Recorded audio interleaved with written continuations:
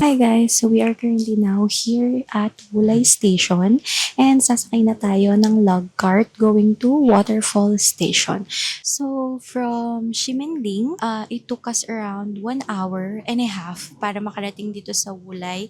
And unfortunately guys, sarado pala sa ngayon, January 2026, yung hagdan papuntang bridge. So ang ginawa namin is dun kami sa other way instead.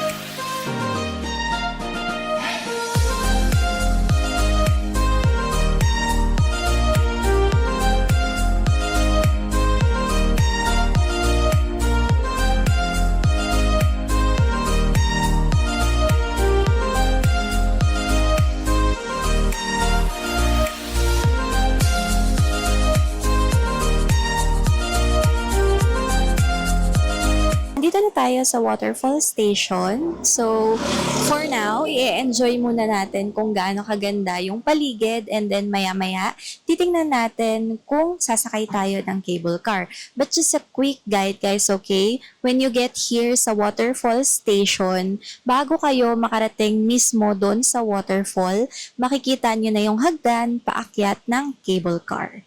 And it will took you around few minutes lang naman from Wulay to here. And then, maganda rin yung experience sa log cart because masaya siya. I mean, marami kayong madadaanan na scenic views or sceneries bago kayo makarating dito. Also, kung babalik kayo doon, the log cart is just up until 5 p.m. So, make sure to do everything nang gusto nyong gawin dito sa Waterfall Station para pagdating ng 5 p.m., babalik na kayo sa may Wulay. And regarding naman sa ticket, one-way ticket lang ang binibenta sa Wulay Station. So, kung bibili ulit kayo ng ticket from Waterfall Station, pabalik ng Wulay, it's another ticket. It will cost you around 50 NT.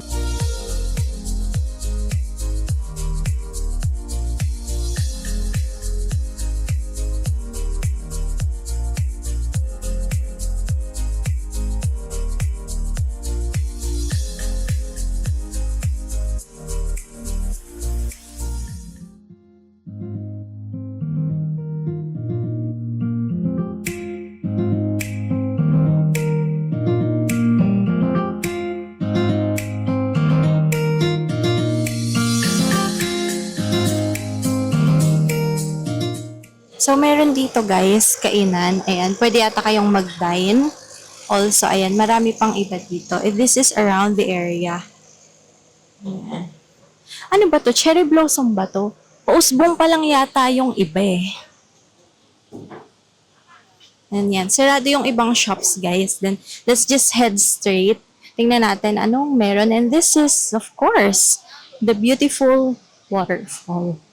So, ayan, dire-diretso lang tayo. Let's see kung ano ang meron.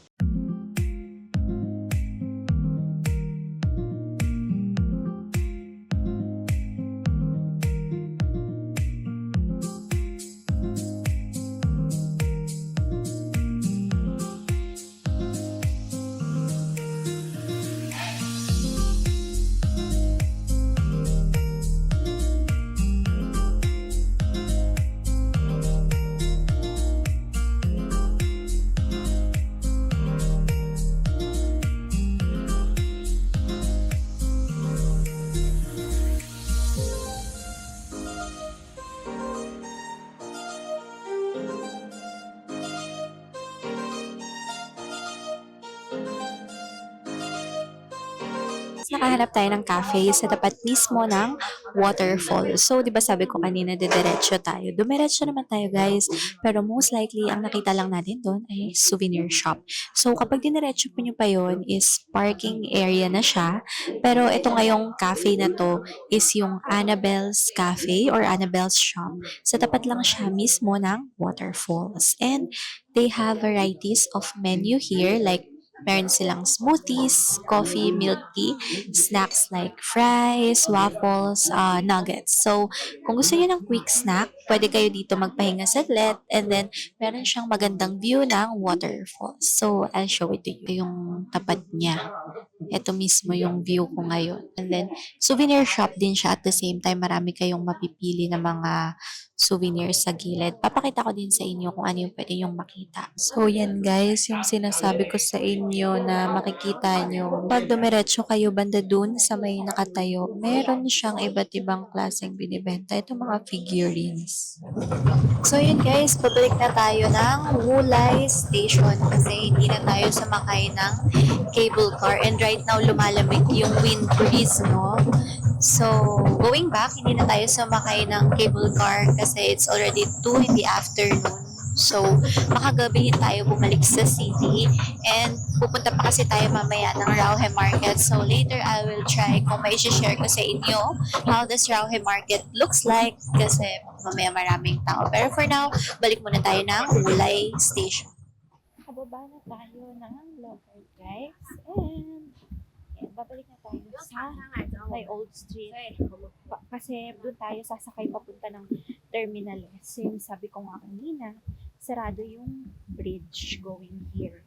Ginagawa yata. Kaya doon na lang tayo dumaan. Ayun pala guys. So, tatawid kayo ng bridge pa Old Street. Wulay Old Street.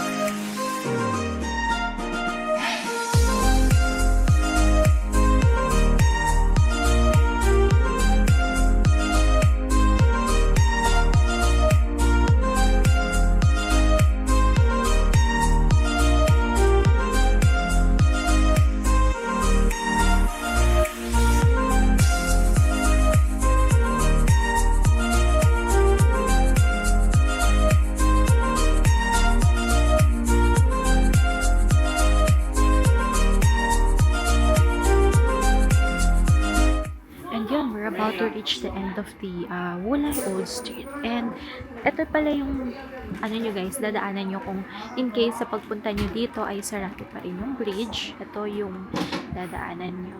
So, share ko na lang din sa inyo mamaya kung saan banda. But for now, yeah, let's go straight ahead hanggang sa dulo. Hanggang sa makita natin ang Family Mart kasi yung landmark.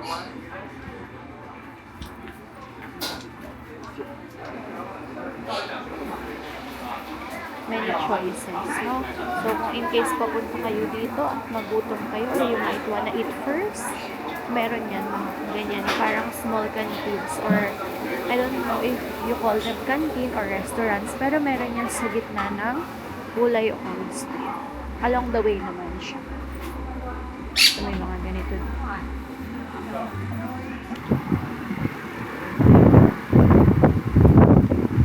So, yun yung sinasabi ko sa inyo guys na landmark. Ito yung police station. And, ito ang Family Mart. Family Mart and police station. So, ito guys ha. Police station, Family Mart. And then, dito yung pabalik sa bus station going to city. Ayan, huwag kayong malilito.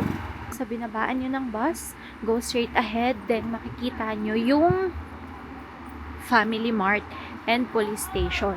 Kung sarado yung bridge ha, kung bukas naman yung bridge, pwede na kayong dumaan doon.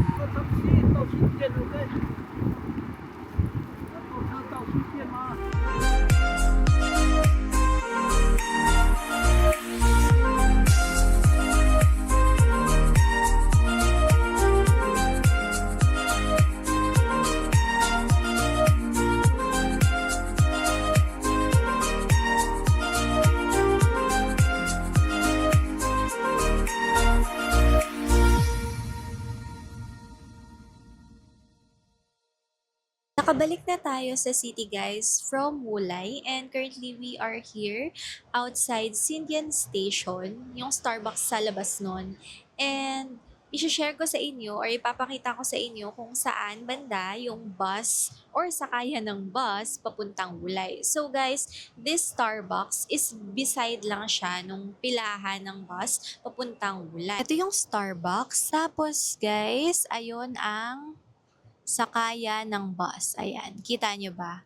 Ayan o, yung sa likod lang siya nung may taxi lane, yun yung pipilahan nyo kung sasakay kayo ng bus going to Wulay. So far, wala pang dumadaan na bus, but bus number should be 849. Ayan. Yan yung makikita nyo dapat na view ha. Tapos, antay lang kayo banda doon kasi meron naman dong waiting shed.